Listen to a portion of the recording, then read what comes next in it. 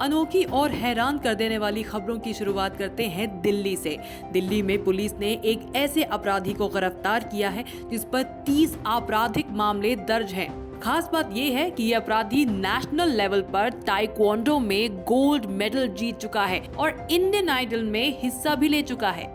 सूरज उर्फ फाइटर एक history sheeter है। इसके पास से चोरी के 55 मोबाइल और एक पिस्टल बरामद की गई है। इसने पूछताछ में मोबाइल फोन छीनने, 2.5 किलो सोना लूटने की बात कबूली है। दिल्ली में अलग अलग जगहों से 100 से ज्यादा स्नैचिंग की घटनाओं को ये अंजाम दे चुका है। अपराधी बनने से पहले इसमें प्रतिभा की कमी नहीं थी, क्योंकि ये 2 बार नेशनल लेवल पर ताइक्वांडो गोल्ड मेडलिस्ट रह चुका है और इसके साथ साथ इसे गाने का भी शौक है और गाने का जुनून इतना था, इंडियन आइडल सीजन 4 में ये हिस्सा भी लेने गया और उस दौरान ये टॉप 50 रैंकिंग में भी शामिल हुआ, लेकिन पैसे के लालच में इसने अपराध का रास्ता चुन लिया। दूसरी हैरान कर देने वाली खबर है मध्य प्रदेश से। लोग देवी देवताओं का मंदिर बनाते हैं, महापुरुषों का मंदिर बनाते हैं, लेकिन एमपी के शाहजहांपुर जिले में पत्नी की मौत के बाद पति ने पत्नी का मंदिर बनवा दिया।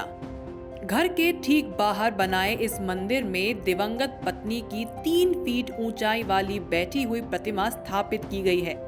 हर दिन बेटे यहीं अपनी मां के दर्शन कर तसल्ली करते हैं। नारायण सिंह राठौड़ अपनी पत्नी और बेटों के साथ परिवार समेत रह रहे थे। परिवार में सब कुछ सामान्य चल रहा था। पत्नी गीताबाई ज्यादातर धार्मिक कार्यक्रमों में रहती थी। ऐसे में परिवार के बेटे अपनी मां को देवी तुल्य ही समझते थे, लेकिन कोरोना संक्रमण काल की दूसरी लहर के दौरान गीताबाई की तबीयत बिगड़ने लगी और गीताबाई को बचाया नहीं जा सका। हमेशा मां के साए में रहे बेटे मां की कमी को सहन नहीं कर पा रहे थे। ऐसे में पिता नारायण सिंह के साथ विचार विमर्श के बाद पिता और बेटों ने मिलकर गीताबाई की प्रतिमा स्थापित करने का फैसला किया और अब हर दिन यहां पत्नी और मां की पूजा होती है। तीसरी अनोखी खबर जापान से है। जापान की राजकुमारी मां को एक आदमी से शादी कर महिलाओं से जुड़े स्टीरियोटाइप तोड़ रही हैं और प्यार में यकीन रखने वाले लोगों के लिए भी मिसाल बन रही हैं। दरअसल राजकुमारी मां को कॉलेज में साथ पढ़ने वाले लड़के के साथ शादी करने जा रही हैं। इसके लिए राजकुमारी ने बड़ी कीमत भी चुकाई है। मां को जापान के पूर्व सम्राट आकिहितो की पोती हैं। इनकी उम्र 29 साल है। साल 2017 में अपने दोस्त कोमोरो से इन्होंने सगाई की थी। कोमोरो एक सामान्य बैकग्राउंड से आते हैं।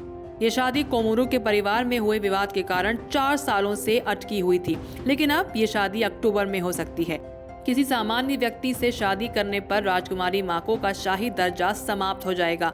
इस दर्जे के खत्म होने पर उन्हें करीब $1 मिलियन यानी कि करीब 8 करोड़ रुपए दिए जाने थे, लेकिन उनके मंगेतर को मिली आलोचना के चलते उन्होंने इसे भी छोड़ने का फैसला कर लिया है। माको के इस फैसले का जापान की सरकार ने भी समर्थन किया है। रिपोर्ट्स के मुताबिक शादी के बाद ये कपल अमेरिका में रह सकता है। न्यूज़ तक ब्यूरो।